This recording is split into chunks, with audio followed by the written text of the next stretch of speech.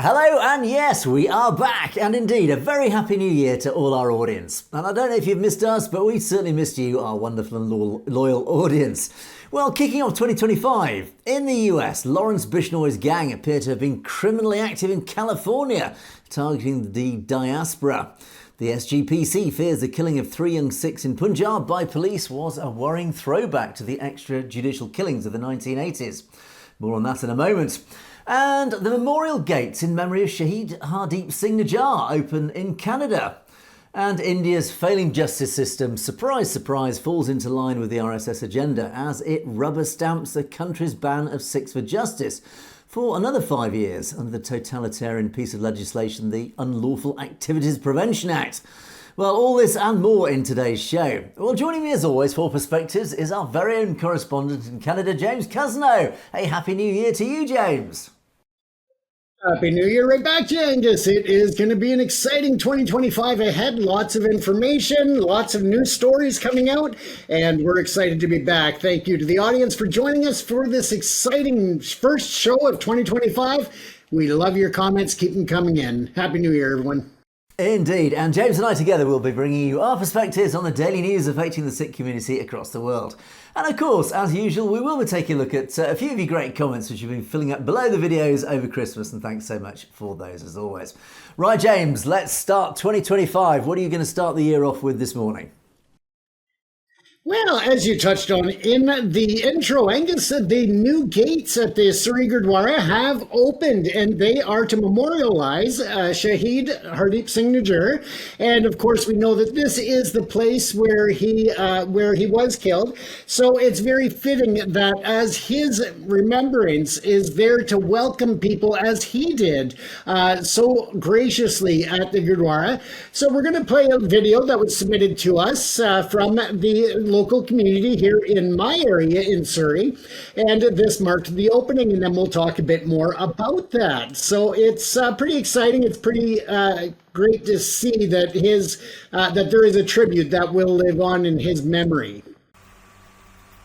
ਵਾਹਿਗੁਰੂ ਜੀ ਕਾ ਖਾਲਸਾ ਵਾਹਿਗੁਰੂ ਜੀ ਕੀ ਫਤਿਹ। BC ਦੀਆਂ ਸਰੀ ਦੀਆਂ ਸੰਗਤਾਂ ਦਾ ਅਸੀਂ ਬਹੁਤ ਧੰਨਵਾਦ ਕਰਦੇ ਹਾਂ। ਗੁਰਦੁਆਰੇ ਦੀ ਸਾਰੀ ਪ੍ਰਬੰਧਕ ਕਮੇਟੀ ਦਾ ਧੰਨਵਾਦ ਕਰਦੇ ਹਾਂ, ਜਿਨ੍ਹਾਂ ਨੇ ਸ਼ਹੀਦ ਭਾਈ ਹਰਦੀਪ ਸਿੰਘ ਨਿੱਜਰ ਦੀ ਸ਼ਹਾਦਤ ਨੂੰ ਯਾਦ ਕਰਦਿਆਂ ਇਹ ਯਾਦਗਾਰੀ ਗੇਟ ਦਾ ਅੱਜ ਸਟਰਕਚਰ ਖੜਾ ਕੀਤਾ। ਇਹ ਜਿਹੜੀ ਹਿੰਦ ਪੰਜਾਬ ਦੀ ਲੜਾਈ ਲੱਗੀ ਸੀ, ਅੱਜ ਖਾਲਸੇ ਦੀ ਜਿੱਤ ਹੋਈ ਹੈ। ਹਿੰਦੁਸਤਾਨ ਨੇ ਸ਼ਹੀਦ ਭਾਈ ਹਰਦੀਪ ਸਿੰਘ ਨਿੱਜਰ ਨੂੰ ਗੋਲੀਆਂ ਮਾਰ ਕੇ ਇਹ ਸੁਨੇਹਾ ਦਿੱਤਾ ਸੀ ਕਿ ਅਸੀਂ ਜਿੱਤ ਜਾਾਂਗੇ, ਪਰ ਅੱਜ ਯੋਧਾ ਦਾ ਗੇਟ ਖੜਾ ਉਹ ਦੱਸਦਾ ਦਿੱਲੀ ਨੂੰ ਕਿ ਅੱਜ ਵੀ ਨਿੱਜਰ ਜਿਉਂਦਾ ਤੇ ਨਿੱਜਰ ਦੇ ਵਾਰਸ ਵੀ ਜਿਉਂਦੇ ਨੇ। ਇਹ ਦਿੱਲੀ ਤੱਕ ਉਦੋਂ ਤੱਕ ਦਿੱਲੀ ਦੇ ਉੱਤੇ ਅਸੀਂ ਏਦਾਂ ਹੀ ਚੜ੍ਹਦੇ ਰਵਾਂਗੇ ਜਿੰਨ ਚਿਰ ਖਾਲਿਸਤਾਨ ਨਹੀਂ ਬਣਦਾ। ਖਾਲਿਸਤਾਨ ਜਿੰਦਾਬਾਦ, ਖਾਲਿਸਤਾਨ ਜਿੰਦਾਬਾਦ। ਸ਼ਹੀਦ ਭਾਈ ਹਰਦੀਪ ਸਿੰਘ ਨਿੱਜਰ ਜਿੰਦਾਬਾਦ, ਸ਼ਹੀਦ ਭਾਈ ਹਰਦੀਪ ਸਿੰਘ ਨਿੱਜਰ ਜਿੰਦਾਬਾਦ। ਸ਼ਹੀਦਾਂ ਤੁਹਾਡੀ ਸੱਚ ਤੇ ਕਰਾਂ ਦੇਵਾਂਗੇ ਵੋਟ ਤੇ, ਸ਼ਹੀਦ ਨਿੱਜਰ ਦੀ ਸੱਚ ਤੇ ਕਰਾਂ ਦੇਵਾਂਗੇ ਵੋਟ ਤੇ। ਖਾਲਿਸਤਾਨ ਜਿੰਦਾਬਾਦ, ਖਾਲਿਸਤਾਨ ਜਿੰਦਾਬਾਦ। ਬੜੇ ਸੋਹਣੇ ਵਾਹਿਗੁਰੂ ਜੀ ਕਾ ਖਾਲਸਾ ਵਾਹਿਗੁਰੂ ਜੀ ਕੀ ਫਤਿਹ। So as you can see, Angus, it's pretty exciting to see that the gates are now open, and they're there to welcome everyone as they arrive at the Guru Nanak's Sikh Gurdwara here in Surrey. And this has actually been the work of a very large group of people, not only with the management of the Gurdwara, but others within the community, which is so beautiful. So I'll read this little article here that we've got for our Satledge first big story of the year from myself. So yes, you can see as the image indicates the memorial gates, and that would be at the back end of the property, which is a big entry and exit point. The other entrance is on the main street, so this offers much easier access to the lots there. And unfortunately, that was the exit that Mr. Nijjar was leaving the Gurdwara at. Now, the local community came together in order to construct the memorial honoring the life and legacy of Shaheed Hardeep Singh Nijjar, and the memorial is a new gate at the back lot, as I covered. And the death is, of course, as we know, part of a much bigger issue of transnational repression being acted out on behalf of the India government. And this is an ongoing issue around the world that we're all aware of. The new memorial gates are a fitting structure of a man who stood tall and strong in his beliefs in community, humanity, equality, and compassion for others. He welcomed all to the Gurdwara as well as did the rest of the Sikh community, just welcoming everyone through the what are now the gates. And that will unfortunately not replace his great smile and his contagious laughter, but at the same time, he was always there with a smile and laugh to welcome people and make them feel comfortable. So those gates, again, are such a fitting memorial to him. Mr. Nijjar could be seen not only a leader at the Gurdwara, but also in the surrounding community, whether it was at community events, community celebrations, or to step up when people were in need, such as a few years ago when we had some major flooding in the Fraser Valley. Of course, the Sikh community was first on hand to help people in need. And not only were they delivering, but they also helped to prepare meals to get into communities that were actually blocked off because roads had washed out, bridges washed out, and the Sikh community and Mr. Nijjar were there to help those people in need. So his presence is definitely felt in the community, and now that he's gone, it definitely has left a hole that are some big shoes to fill for anyone else because he was such a notable presence in the community. So he was very active, as we know, in the movement worldwide for the Sikh Khalistan referendum and to offer the opportunity for people to share and experience their freedom of speech, their freedom of opinion, and to place their votes. He was very much involved in moving forward with the independent sovereign state of Khalistan. And this, of course, is what put him on the radar and essentially the target list of President Modi and other individuals within the intelligence agency and government agencies in India. Now, we know through a lot of recent facts that one thing that's really come out of this assassination of Mr. Nijjar is a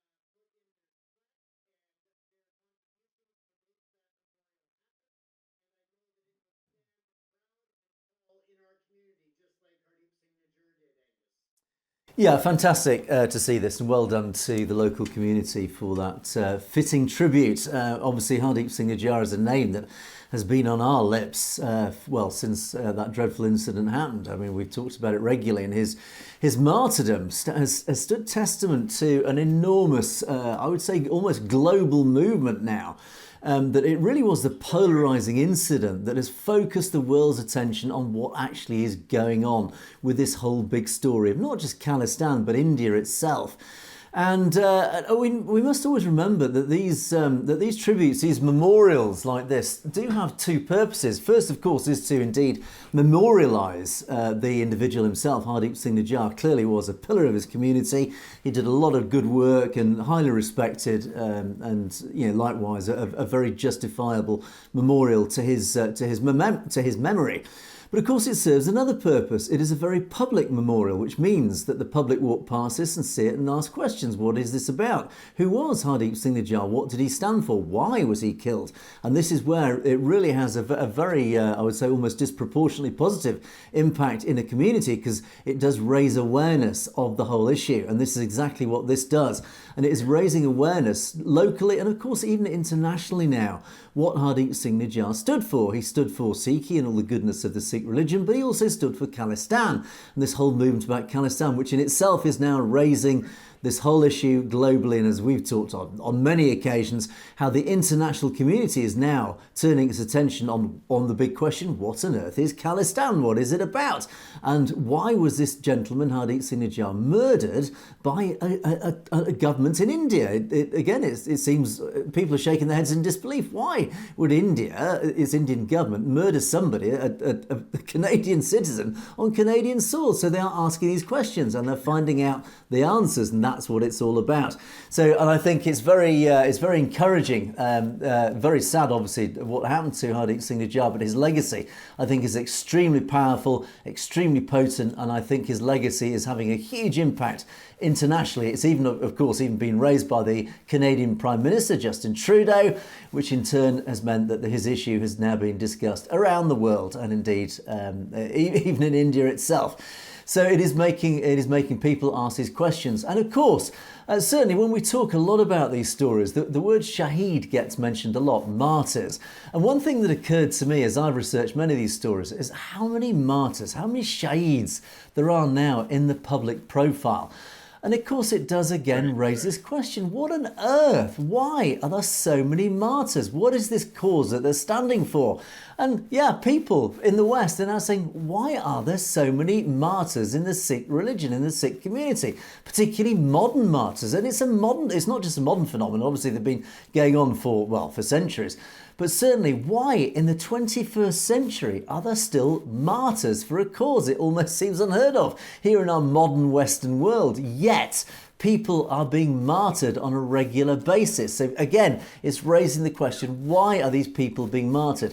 And I think the message to India is pretty clear here. It doesn't matter how many Sikhs you kill. It doesn't matter how many Khalistanis you kill. You will not kill the ideology. Because for every Shaheed that you murder, every Sikh that you murder and make a Shaheed, make a martyr, there will be 100 more who will stand in that person's place. And the lesson that so many governments, that so many totalitarian regimes have had to learn at their cost over indeed centuries, not just decades, is that you cannot kill an ideology. Because for every person that you martyr, that you create a Shaheed, there will be 100 more in their place. And that is exactly what's happening with the Khalistan cause. So James, I think well done to Hardeep Singh Nijjar. In life, he was a very huge figure. In death, he has become an even larger figure. And I think this memorial stands testament to the great legacy that he has left. Absolutely, Angus, and it's just such a shame that such a great life had to be lost in order to get this global attention on India and their involvement in these shady practices. And as we go on and speak about that, of course, another name that is very much involved and relatable to this transnational repression by the government of India is, of course, Mr. Panun in New York. Now, being a Canadian and American citizen, he is a very outspoken individual when it comes to the Khalistan referendum and this entire movement, but also about the human rights violations that are taking place in India of not only the Sikhs, but all minorities there. And this is one thing that we know clearly is upsetting the India government, because they continue to label Mr. Panun and others as threats to the country, to the unity, and they don't want to see any type of separatism when it comes to an independent sovereign sovereign state of Khalistan. And this is very clear when it comes out once again that the UAPA tribunal has confirmed the center's decision to ban Poonen and Sikhs for Justice for another 5 years. Now, the Unlawful Activities and Prevention Act in India is essentially the law that dictates that you cannot speak out towards government when it comes to negativity. You cannot criticize Mr. Modi and his ministers, and you definitely cannot talk about succession in terms of Khalistan or Jammu and Kashmir or anywhere else. They don't want to see that separatism, and they see that as a threat. And with the Khalistan movement and the referendum gaining such powerful strides and leaps forward within the international Sikh community, that has become a big threat to the India national agenda of Mr. Modi and, of course, the real zealots when it comes to going after any type of minority, whether, again, it's the Sikhs, the Muslims, the Christians, the Dalits. It doesn't matter. This law is there to suppress the freedom of speech, to suppress the ideas of independence and sovereignty, and to suppress the rights of even their own political rivals. And this is something that we've seen over and over again, where people are being arrested under this act when they haven't committed actual crimes, and yet they are held indefinitely in prisons and other facilities without the due process of law and without trial. It is something that is very concerning to the rest of the world, but not enough is being done to speak out against it when it comes to foreign leaders, when it comes to trade deals, when it comes to any type of foreign relations with India. Not enough is being done to really lay down the law and insist that India stop with their transnational repression, stop with their oppression of minorities, and to start respecting human rights as an international issue and within their own boundaries. We know, as we touched on in the previous story, that India's involvement in transnational repression and being allegedly a part of the assassination of Mr. Nijjar, the attempted assassination of Gurpatwant Singh Panun. I mean, the list can go on and on. They are suspected in many other crimes within the borders of Canada, which of course leads us to only understand and suspect that there are many others, whether it's in the UK, the US, and other nations around the world, that India is not giving up on their demand of people to not bring any negative or dark light towards India. So again, we'll have to watch and see what happens, but at this time, of course, the Sikhs for Justice organization has again been banned in India, and they are once again labeled as a terrorist organization, which of course is just par for the course when it comes to the Modi government and any threats to their power, any speeches or any talk whatsoever that goes against their national interests. Yeah, Gurpatwant Singh Panun, I mean, I have to say, still one of my favourite activists out there, because he is this wonderful firebrand who really has the courage of a lion. I mean, he, in the face of really a very clear and present danger from India. I mean, we've already heard about this assassination plot that's been uncovered. He's known for many years that he literally has been a target. His life is at great risk from Indian secret intelligence agencies. He knows they're trying to bump him off.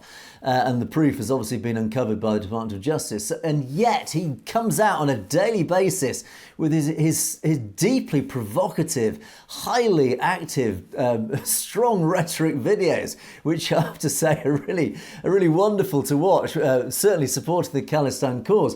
So this man is a man, as I say, with the courage of a lion in the face of the hugely resourced and hugely funded Indian government. And yet he continues in his fantastic crusade to fight for Khalistan. Yeah. Now, the thing that worries me about this whole story, I mean, notwithstanding Gurpatwant Singh Panun, Sikhs for Justice, and the wonderful work that he and his organisation have done for the Khalistan cause, I think the really big story about all this is this dreadful piece of legislation, the Unlawful Activities Prevention Act. Now, this piece of legislation, which was installed in India, really is one of the most undemocratic, frightening, totalitarian pieces of legislation that I think exists in a so-called democratic country on this planet. This legislation, in reality, is carte blanche. It is essentially a piece of blank paper that allows the Indian government to imprison somebody indefinitely at their will. The threshold to prove legally that somebody has broken the law under this piece of legislation is so low that essentially they can twist and manipulate any situation to their favour, the government's favour I'm talking about, which means that essentially anybody that they don't like, that they disagree with, that they see as effectively a political enemy, they can arrest, detain indefinitely and imprison that person, as has been used in regular occasions. I believe Amritpal Singh has been imprisoned under this piece of legislation, as have many other political dissidents have been imprisoned indefinitely under this legislation. And they're now using this legislation against Gurpratwant Singh Pannu. Again, it is a hugely powerful weapon for a government running out of control, running out of accountability. This should not happen in a democracy. This piece of legislation does not belong in any modern democracy. And it also reminds me, as we've talked on many occasions, James, about Nazi Germany in the 1930s, when Hitler's socialist democratic party took power in the 1930s in Germany. One of its key obstacles to its totalitarian control of Germany was, of course, the judiciary. The judiciary, in the form of the courts and the justice system, stood as an obstacle to the Nazi Party. It stopped them taking complete control. So what did the Nazi Party do? It inserted its own people into the judiciary. It took control of the judiciary, so that all the decisions that the judiciary made were in favour of that Nazi Party. And this, unfortunately, is what we are increasingly seeing in India, where the judiciary, which in the past stood independent, it stood as this wonderful infrastructure that stood for the rule of law. It stood up, and it was a legacy of the British Empire. It took all the legal system and the legal infrastructure that it inherited from the British Empire. It improved it and made it much more relevant to modern Indian society. And then it stood as an independent piece of infrastructure that created India as a modern democracy. Unfortunately, that infrastructure has now been infiltrated by the RSS and Hindutva and by these place people of the Indian state of the RSS, and they are taking control of the Indian judiciary, which means increasingly that pieces of legislation like the UAPA and other legislation can now be enacted and not opposed, where previously this legislation was opposed by the judiciary and people and particularly political individuals were freed, were not imprisoned under this legislation. They are now finding themselves imprisoned under this legislation because the judiciary is now supporting this piece of legislation. It is not fighting against it. It is not seeing it for what it is, a totalitarian tool. It is a tool of choice. It is a tool to allow a totalitarian control. And unfortunately now the judiciary is now supporting this awful piece of legislation, and it is now being used to turn against freedom fighters. It is being used to turn against people who are standing up to the Indian government, who are standing up and calling out the Indian government for what it is. And this is what we're seeing against Gurpratwant Singh Pannu and many others like it, James. So sadly, I think the real story here is this is more evidence that the judiciary has now been infiltrated and is now being increasingly controlled by Hindutva, by the RSS, by the, as we always call it, the Brahmanical dominant control of India. And this is a very sad sign, and it is yet another sign that India is slipping away from democracy. It is slipping into a sad totalitarian regime. Absolutely, Angus. And, right now in Canada, we're on what I call the Trudeau watch. Is that it's expected that this week he may actually step down and resign as Prime Minister on Wednesday. We're waiting on that to come out. But the lead in the polls and through all of the information available shows that it may just go over to the Conservatives and Pierre Poilievre in the next election if things don't change quickly. So that's going to be a big concern because we know that Trudeau has had the balls to stand up and put his foot down when it came to the transnational repression, when it came to India's meddling in Canadian policy, government, and of course with the assassination here on Canadian soil. So we're really going to have to watch how this plays out because it's going to have a big impact on this transnational repression that we're talking about, Angus. Indeed, indeed. And talking about transnational repression, I'll move on to my first story, which continues this theme. This is transnational repression by proxy. And we've often talked about how the Indian government have used this plausible deniability, as it's called. Essentially, they are using proxies. They are recruiting criminal gangs to do its dirty work for it. And that is how they get away and have got away with this, this extrajudicial killing of many of its political opponents. Right. And one of the names that regularly crops up, of course, is Lawrence Bishnoi.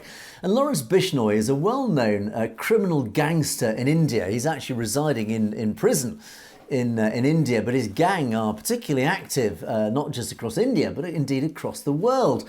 And they have this huge network of criminal capabilities that has extended right across the Western nations and certainly is active across North America. And these killings by proxy by the Indian government have extended, of course. We've talked about Hardeep Singh Nijjar, and of course Gurbajan Singh Pannoon was, as the Department of Justice have uncovered, was again a potential killing by proxy. Well, over the Christmas holidays, over the holiday period, over the last couple of weeks, there was another killing in California.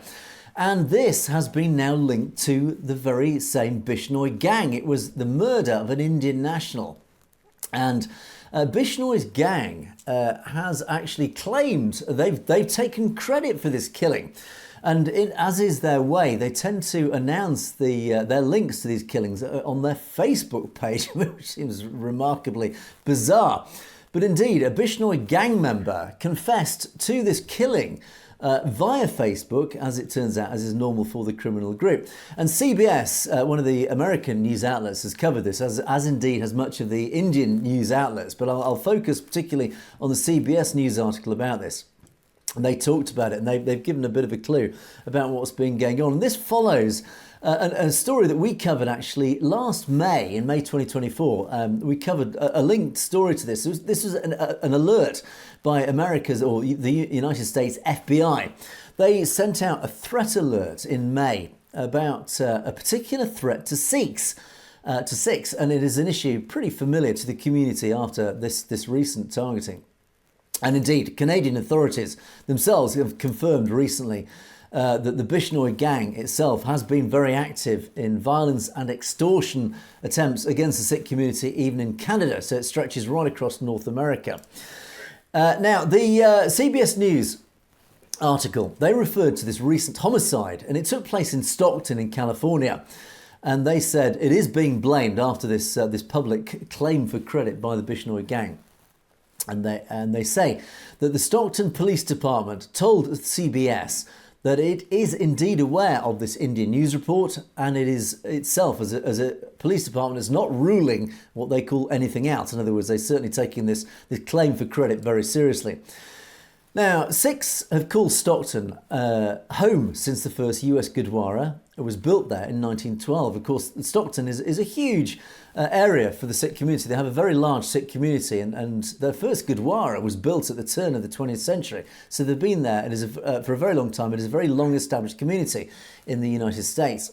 And the community is, of course, unsurprising, now on high alert after learning that the Indian gangs and violence they wanted to escape from are very much active there locally in Stockton in California. Investigators said they may be more to uncover in this homicide that happened in the early hours of December the 23rd in a newly built community on Mount Elbrus Way in Stockton. Brian Abrigana, who lives next door to where the homicide took place, said that he heard 10 gunshots. There were always people coming and going. They would have the garage open at all times of the day and night. Cars were coming and going.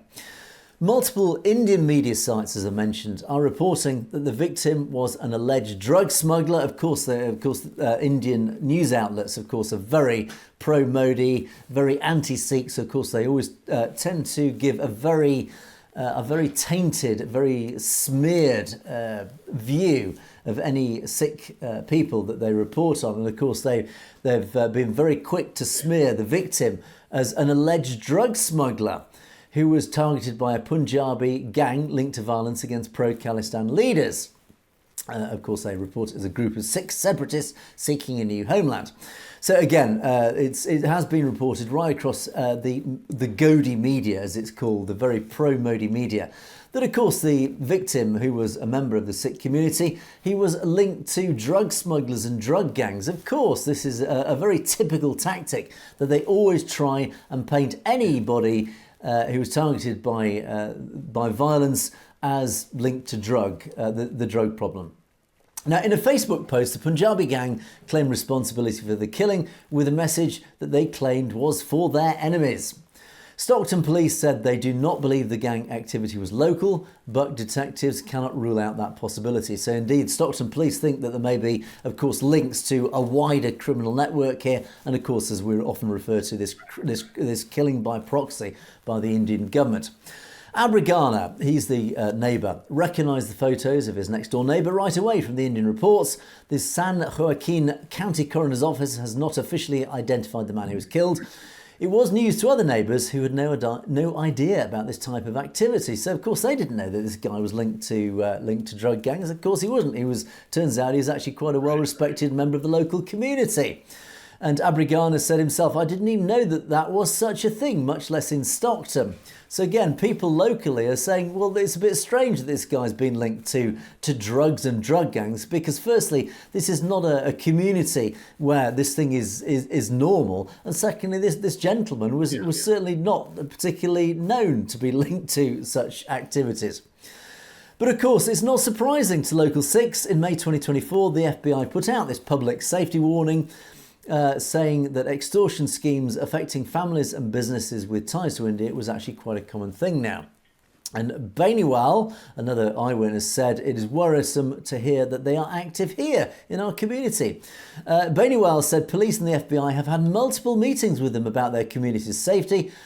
And he said, especially given that Stockton Gurdwara has always been politically active against the injustice and tyranny happening in India against Sikhs. Lo and behold, it's not surprising that the Indian government, again, killings by proxy, are targeting this local community because, of course, they are standing up to this injustice of the Indian government.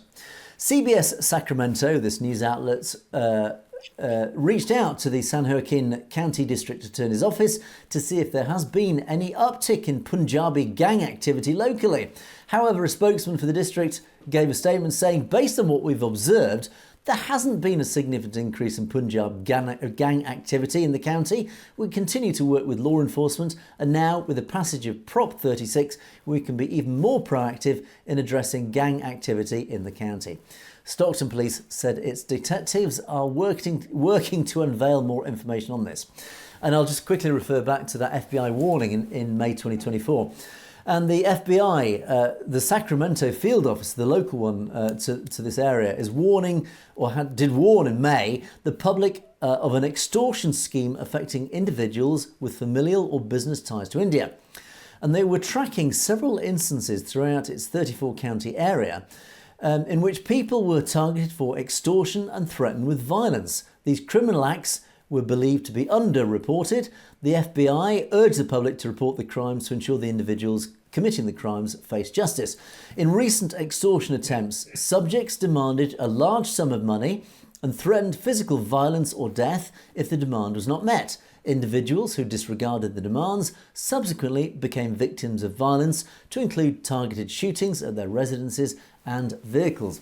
So it would appear, reading between the lines here, James, that another upstanding member of the Sikh community, another member within this community, has been targeted by, yes, another export of violence from India. India often blames North America for harbouring criminals and terrorists. Well, here are the very same Indian terrorists and criminals who have been clearly exported from India. Yeah, another great export from India. It's a local gang who've been extorting and targeting the Sikh community, basically threatening them with violence. It's either pay up or we'll kill you. And lo and behold, a local Sikh community member has been murdered over the holiday period.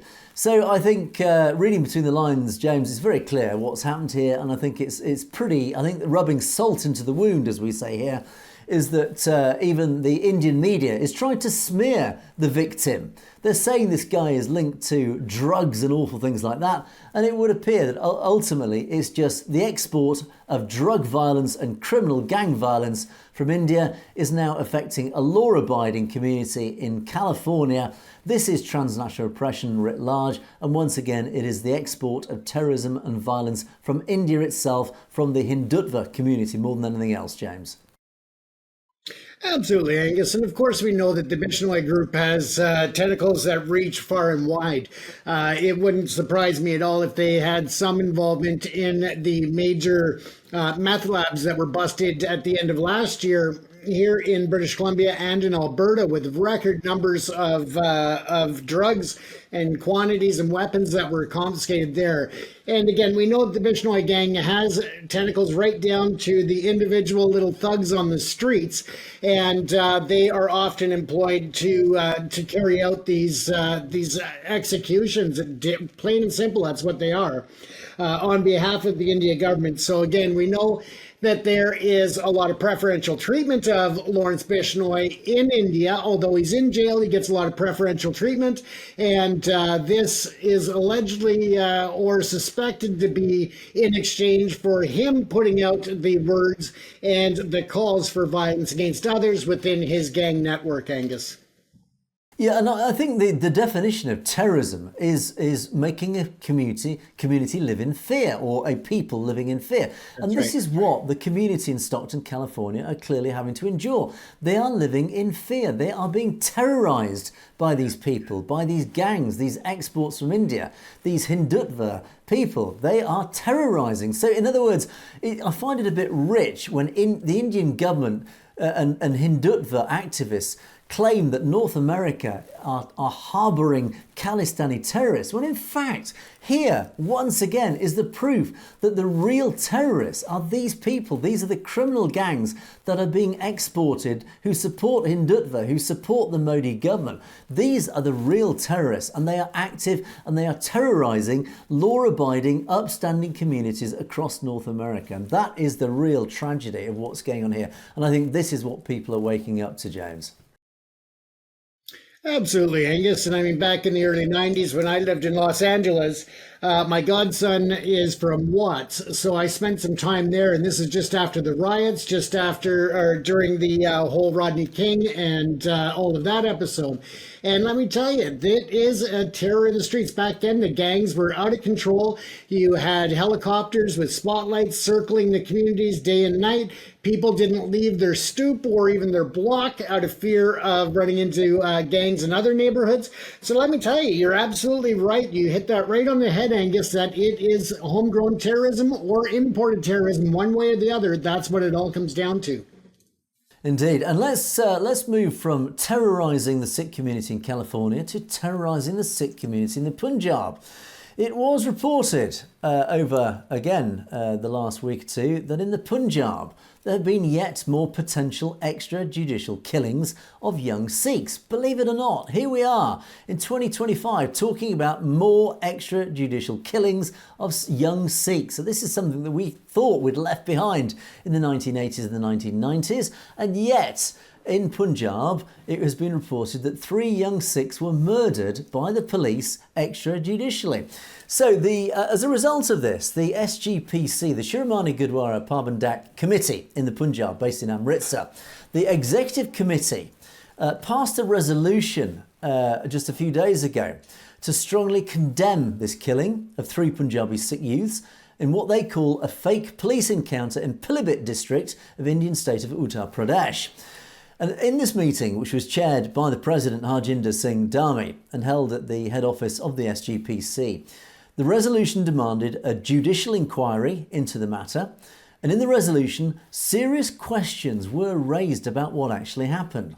The resolution said that this is, unsurprisingly, a very serious matter, and it does seem to be a deliberate act to target the youth of Punjab. So the victims of this fake encounter were named as Verinder Singh, alias Ravi, of Agwan village, Gurwinder Singh of Cousineau, and Jashanpreet Singh of Shurkurd village. And these villages fall into the Gurdaspur district. So Indian police forces on December the 23rd gunned down these youths, linking them to the alleged explosions heard by locals around local police posts.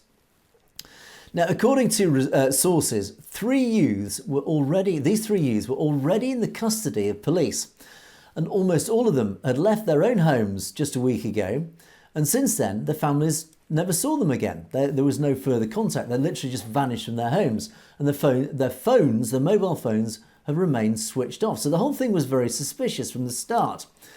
Now, it claims that the police were exposed they exposed pictures of these youths, and they published pictures of these youths in local newspapers and indeed in the national press, of course, the Gaudiya media.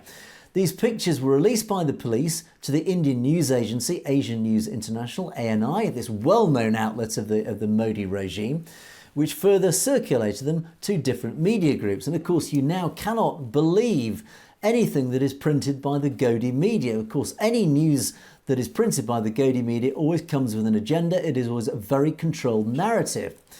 So suspicions were raised that the dress, what the victims were wearing in their mugshots was exactly the same as that in their dead bodies.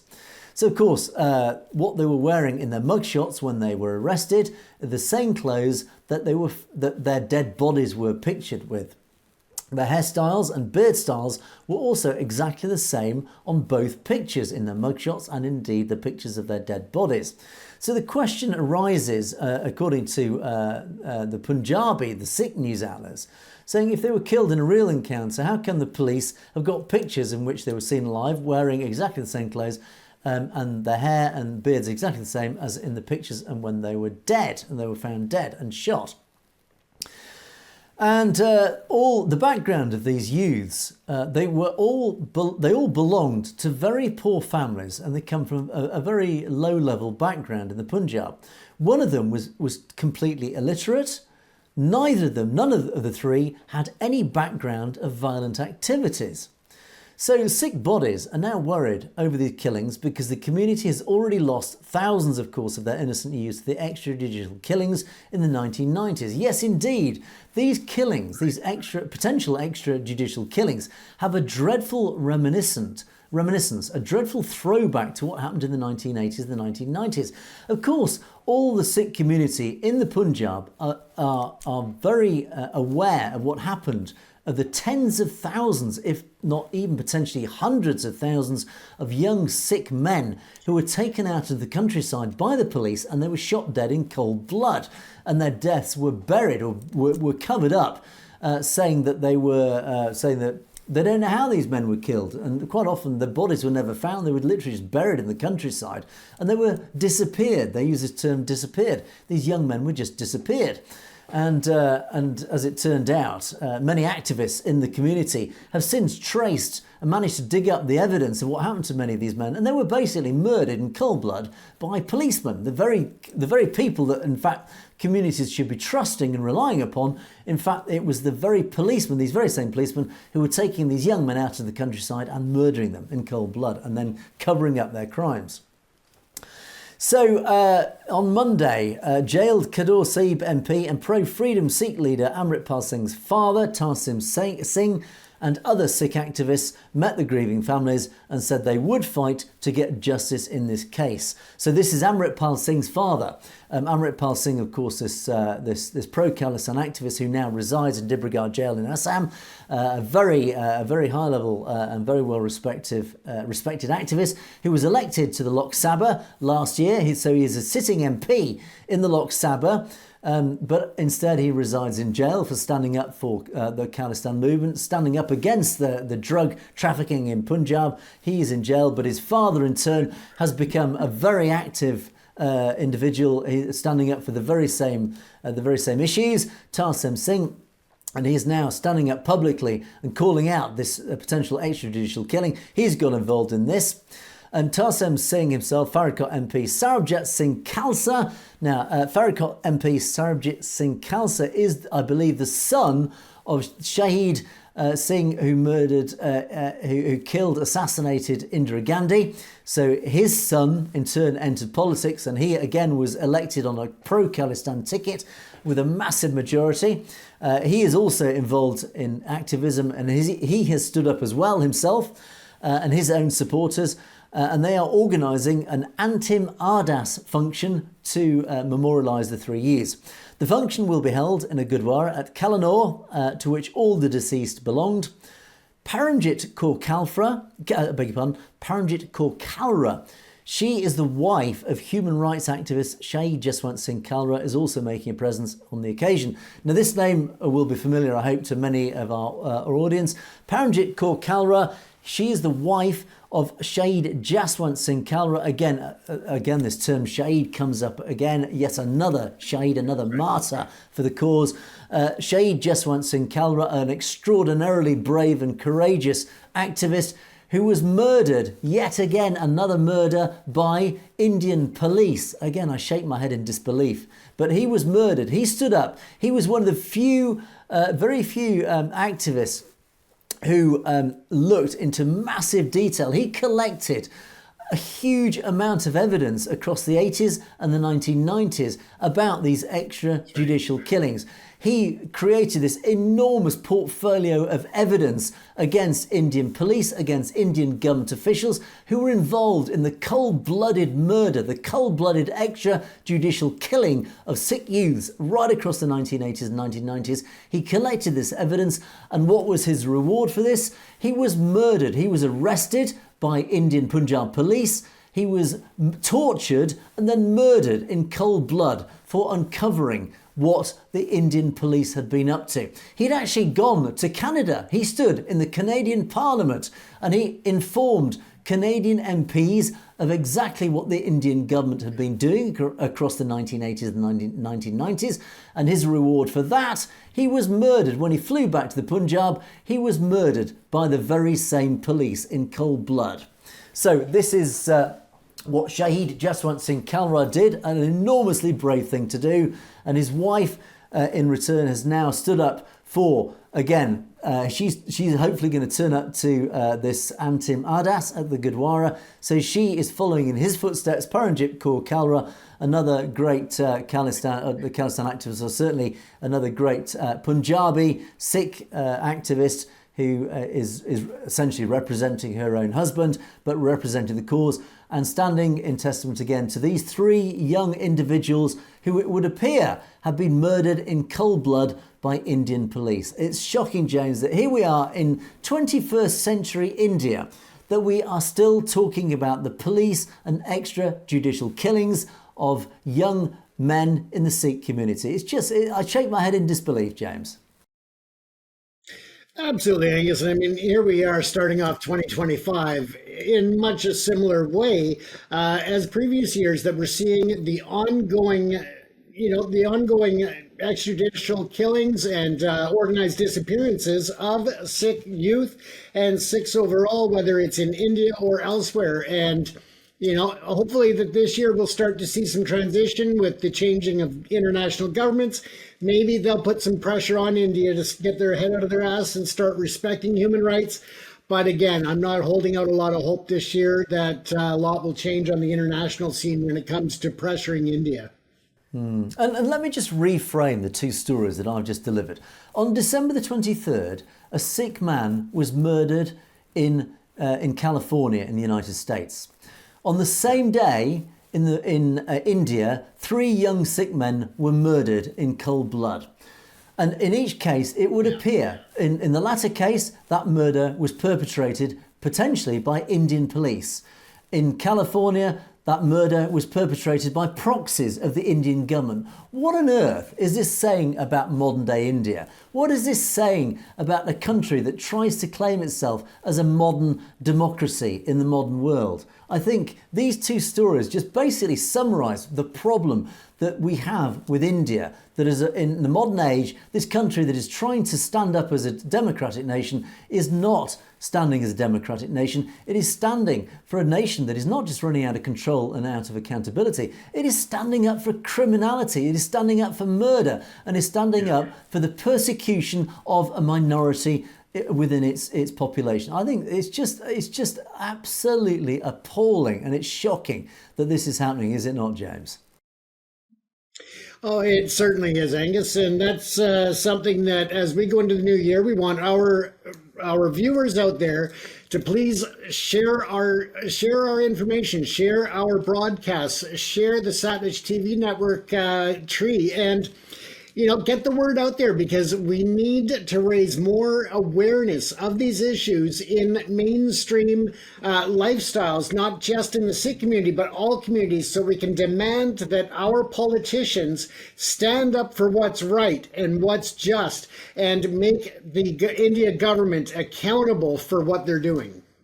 Indeed, absolutely right. And on that note, let us move on to our final section, that of our comments. And a big thank you to all of you who have made so many comments over the last couple of weeks whilst we've been away. The comments have flooded in, which have been very much appreciated. And I've got quite a relatively short comment section today, just to ensure that we've got enough comments to discuss for the rest of this week. But certainly some pretty powerful comments have been received, and certainly lots of talking points. And I did actually, over that period, I did manage just to do an editorial in which we covered the wonderful announcement just as we closed off for the holidays, that the US Congressman Trent Franks joined the Khalistan cause. He, of course, has been a known public supporter of the cause, but he actually joined the Khalistan Caucus Foundation just before the Christmas holidays. And we did an editorial over the Christmas holidays just to cover that. And of course, that did indeed receive a lot of supportive comments. And Pre-Teen Dylan made the comment saying that Indian Prime Minister insulted funeral ceremony of first Sikh Prime Minister whose vision and honesty was praised by every sane mind. Of course, over that period, over the holiday period, we did, of course, see that the sad death of the Indian Prime Minister Manmohan Singh. Now, Manmohan Singh was... He was the first Sikh Prime Minister of India. He had a 10-year reign as Prime Minister of India, and he achieved an enormous amount during his tenure. And at his funeral over the holiday period, the Narendra Modi government had been criticised from all quarters, not least, of course, from the Sikh community, but of course by the official opposition in the form of Rahul Gandhi, head of the Congress party. And Rahul Gandhi said after Manmohan Singh was cremated at Nigambod Ghat, he said that, look, Dr. Singh was Prime Minister for 10 years, and during his tenure, the country became this economic superpower, which indeed it did, but his policies are still the same policies that provided the support system for the very poor and the backward classes amongst India. So his legacy was enormous.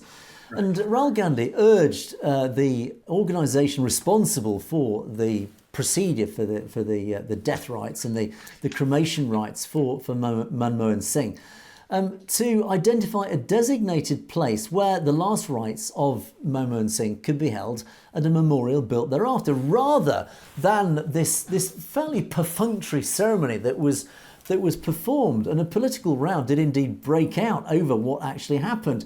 And of course, then the critics are saying, look, this is actually a bit of an insult, that really the right tribute and the right funeral process was not carried out that was due such an important and such a significant Prime Minister of India. And one wonders, is it because he was a Sikh, although I believe he wasn't actually a practicing Sikh, and he didn't. I don't believe he brought a lot of the Sikh legacy, let's call it, into his leadership. But he was seen as certainly as a member of the Sikh community, and he did actually, of course, stand up for the Sikh community, as indeed for all communities across India. But more importantly, he did actually even indirectly practice a lot of his Sikh his Sikh background, because he particularly did stand up for the poor and the backward classes of India. He did particularly stand up for the lower castes within India. I think his legacy was very positive in terms of that. And as I mentioned, he did indeed bring in many policies that did stand up for the very poor within India, of course, which is indeed a very large proportion of the Indian population. And so he actually represented almost everything that the current regime of Narendra Modi doesn't stand up for, who have indeed been called out for their repression and their persecution of the lower castes, and particularly of the minority populations within India, in modern day India. So yes, I think this comment, Preeti and Dylan, I think you are raising a very important point here. And I think that this criticism is indeed valid. I think Narendra Modi's government have not paid the right homage and the right legacy and the right testament to Manmohan Singh, and I think the criticism is justified, James. I think somebody who's left such a positive legacy should indeed be honoured accordingly, and I don't think Manmohan Singh was indeed honoured accordingly. I agree with you there, Angus. And as you're aware, we're going to be talking more about this death and the memorial tomorrow on the show. But yeah, I think that there is almost an urgency by certain modern day politicians to just sweep over the politicians of the past, of their achievements, and to definitely take over the spotlight from the important legacy that's been left behind. Indeed. And let's change subjects completely with khalistan Nijjar, who says Trump also wants to buy the Andaman and the Nicobar Islands near India to make them the 51st state of America, like Hawaii. Well, I think this may be a little bit optimistic. Now, the Andaman and the Nicobar Islands, which are actually just off the Indian Ocean, just off India, they are actually sovereign territory of India, I believe. And I think it's very unlikely that Trump will actually try to buy them off India. But I think this does actually raise an interesting geopolitical situation, because and this does highlight the very fact of India does have a real problem here, in that many of the territories around the Indian Ocean are being controlled increasingly by one of its arch rivals, China. And China, we've talked about this regularly, James, is that China has made huge moves around the Indian Ocean. It is beginning to encircle India as a very strategic policy, a very deliberate policy. It is taking control of many areas, and particularly relevant to here in the UK, the Chagos Islands, which the Brits at the moment are trying to hand over to China, bizarrely, and much to Trump's horror. That the UK had control of the Chagos Islands. They're trying to hand them over to India, to China, of all things, again, which stands as a geopolitical act of self-harm and self-destruction, bizarrely. But anyway, but yes, I think India really needs to take very great care of all its territories, and indeed all of these little island groups of islands around the Indian Ocean. And in particular, I look at the Seychelles, Mauritius, etc. These islands could very easily fall into the hands of Chinese control, and that gives China extraordinarily powerful staging posts should China and India ever come to blows or to any military conflagration. Then India would find itself in a very deeply difficult position, because it would indeed be encircled by China. But of course, this does bring in the West, James, and of course the Five Eyes nations. Of course, we too keep a very close eye on all these island units around the Indian Ocean, whether it is the Seychelles, where it's Mauritius, or indeed the Andamans and the Nicobar Islands. All these island groups, they do form very important strategic locations, because, of course, these are potential military staging posts, both by air and by sea for naval support. They are very important posts that the West needs to at least have alliances with, because God forbid one day in the future, if military conflagrations do escalate and run out of control, that it's areas like these that will form such important strategic locations to launch military operations in the future, James. Yeah. Absolutely, but let's not forget that, he's already promised us to be the 51st state as Canada. So I guess he's moved on now that he understands that his orange face makeup isn't going to work in the frozen parts of Canada. It'll just come out as an ice block. So he has to go to a warmer climate, I guess. Indeed, absolutely. And I think, well, as we've often talked about, James, Trump's negotiating tactics are always quite shocking, but always very effective. And I think, yes, his attempt to turn Canada into the 51st state of the US is a fabulous opening ploy of his negotiating tactics. And his 25% trade tariffs on all Canadian goods. So I think Justin Trudeau and his successor, whether it is Poilievre, whatever, will be, I think, quaking in their boots as they go into that negotiation with Donald Trump over the next year. We will see. We will, of course, follow it very closely. We'll watch and see what happens. Right. Janagra. Yes, now we come back to the subject of Trent Franks joining the Khalistan Caucus Foundation. And Janagra absolutely says Sikhs need more congressmen to come forward and support Sikhs for the achievement of a free, democratic Sikh sovereign state. Yes, I think you're absolutely right with this comment. I think we do need more US congressmen and American politicians to join the cause. But what I would say, it's one step at a time, and I think we are taking those stepping stones one by one very successfully. I think the Sikh voice is being heard at higher and higher levels within the US administration. We're already seeing this Transnational Repression Act. This is a huge piece of legislation that has been supported by a small but increasingly larger group of US congressmen and women who are joining the Sikh voices to bring in these pieces of legislation within the US administration and the US government and the US raft of legislation to support not just the Sikh community but all minority groups. But of course it was essentially provoked and pushed in by the Sikh community, and it has had this effect that in fact more and more more and more US congressmen and women are joining the causes. They are allying with the Sikh causes. So I think that all this grassroots lobbying, this grassroots protest, that when you're out in the streets, when you're out there lobbying throughout the political infrastructure, it is having a positive effect.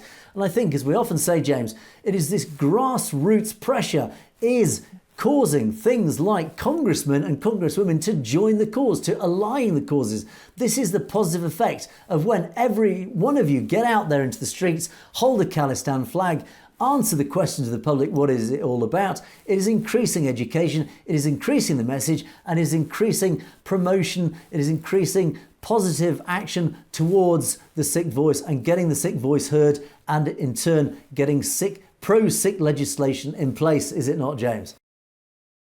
Absolutely. And again, that's something that we talk about quite often, is spreading the word, getting the support, and the importance of getting foreign governments on board with supporting the people's right to not only place their votes in a referendum, but also to have those votes actually count when it comes to public recognition. So, with Trent and all the others that are jumping on board, it's about time, and welcome to the show.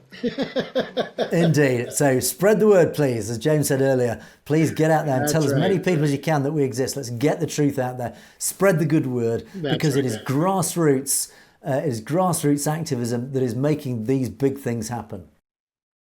So Jat Gabru makes a lovely comment, actually. Thank you for this. I'm shocked how well you understand the Sikh plight, Angus. Well, I don't pretend I fully understand it, but certainly I have to say it's not hard. It just takes talking to a few Sikhs to understand what it's all about and to be horrified and shocked by the story. And this is why I think more and more politicians, both here in the UK and indeed across North America, are falling into line with the Sikh cause, because it doesn't take much. You only need to recount what happened in 1984, what happened across the 1980s and the 1990s, to make just ordinary, sensible, logical people understand how shocking it is. And then we talk about transnational repression, James.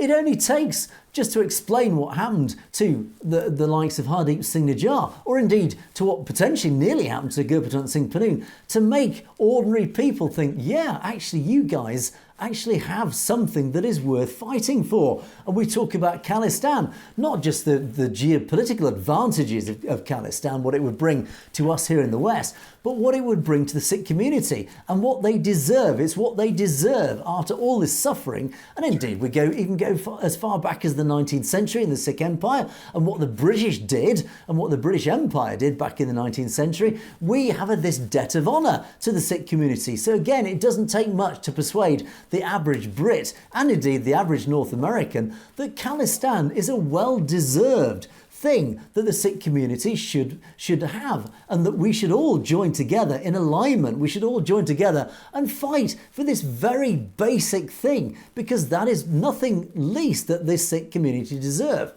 And Jack Gabru, you continue to say no one listened to the Sikhs for over 70 years. Yeah, why not? And I think this is why we exist, to try and educate more and more people about what it's all about, why people should align with the Sikh cause, and why we should align with the Khalistan cause. The Brahmins controlling the narrative through their state-owned news channels was always accepted by the world at face value. Absolutely right. This is the Gaudiya media. And of course, we in the West see this news coming out of India. We believe it at face value. But of course, it's a narrative. It's a false narrative with carrying the single Brahmanical controlled agenda. And you rightly say, I think the world is starting to see through the lies. It is indeed, thanks to channels like us and thanks to people like you in the audience who are spreading the word. Get out there, spread the word. Efforts by Sikhs and others fighting for freedom are finally making a difference. Brahmanical control has to end. Khalistan will be a reality soon, in my opinion. Yes, and this is why all of you should get out there. Get out there on the streets. Bear those wonderfully colourful Khalistan flags. Because all these protests, all these things that we see, that we report on a regular basis, they're always attended by all of you in the audience and people out there in the community carrying these wonderful flags of Khalistan, these beautiful yellow flags of Khalistan, bearing the symbol. Get it out there. The more often that those flags are seen out there in the public, out there in the streets across North America, in the UK, across Europe, across Australia and New Zealand, the more flags that are seen by the general public, the more questions are asked, and the more that people are educated about what the Sikh cause is, what the Khalistan cause is all about. And then people think, yeah, you know, that makes sense. That actually is a well-deserved cause. And we will sign up to this. We will align with this cause. So that is what we must fight for. That is what we must be out there doing, being active and spreading the good word, James. And that, I think, that is what the root is of all this activism is. And this is what is the most effective way of getting the message out there. Absolutely, and we see those beautiful yellow flags hanging on the new memorial gates in Surrey. So again, get the beautiful yellow flags out there and just raise awareness, get people's attention, and let's continue to educate the public. Absolutely, and a picture paints 1,000 words, and a flag paints 1,000,000 words. A flag stands up for so much, it represents so much, and I think the more flags that are seen out there, the more that message is seen publicly and is much more visual and much more effective. So get your Khalistan flags out there and fly them proudly wherever you go. Achar Singhil says, respect, thank you Angus for raising your voice for freedom, Sikhs and other downtrodden people of India. It is a pleasure and it is an honour. Indian media has been demonising Sikhs since 1947. Yes, James, why? Why has the Indian media been demonising Sikhs since 1947? I think this speaks volumes. The fact that the Indian media, and not just the Indian media, of course, the Indian government has been demonising the Sikh community since 1947. We've answered this question on a regular basis. It is because the Sikh community stands up for injustice. It stands up holding the Indian government to account. It stands up pointing to the whole of the Indian population what is going wrong in India, why Brahmanical control is evil, evil, why it is wrong for in India, and why ordinary Indians are held in bondage. They are held as prisoners, as slaves to this dreadful caste system. It is the caste system that the Sikh community has pointed out to being wrong, deeply, profoundly, fundamentally wrong. It is a system that enslaves the Indian people. Even though technically it's illegal, it is very much alive and well today, and it is only the Sikh community that is pointing it out as being evil, James. And I think this is why the Indian media is demonising the Sikh community, and why the Indian government has been demonising the Sikh community. Yeah, and we could even go back way beyond 1947 to where, different governments have tried to repress the Sikh community. So, again, it's an important point to remember 1947 and the partition of India. But I think that the oppression has been happening long before that, Angus. Indeed. And the final comment of the day, I think, wraps things up perfectly, from M. Verdi, who says, "May the Lord have mercy on Sikhs and free us from Brahmanism of Hindus." And I couldn't really put that much better. And that is what we stand for. That is why we're here. And that is why we are so grateful to our wonderful and loyal audience and all your comments that keep pouring in. And of course, your support. And with that support, we will hopefully free India one day from the Brahmanism of the Hindus, from Hindutva, from this awful RSS agenda. But indeed, we will establish in the future this wonderful concept of khalistan, and it can only happen with the activism of our wonderful audience and the community at large, right across India and indeed right across the Western world. But on that wonderful note, thank you so much to all of you for rejoining us in a new year of 2025. We look forward to this new year. We think it will bring wonderful things to the Khalistan cause.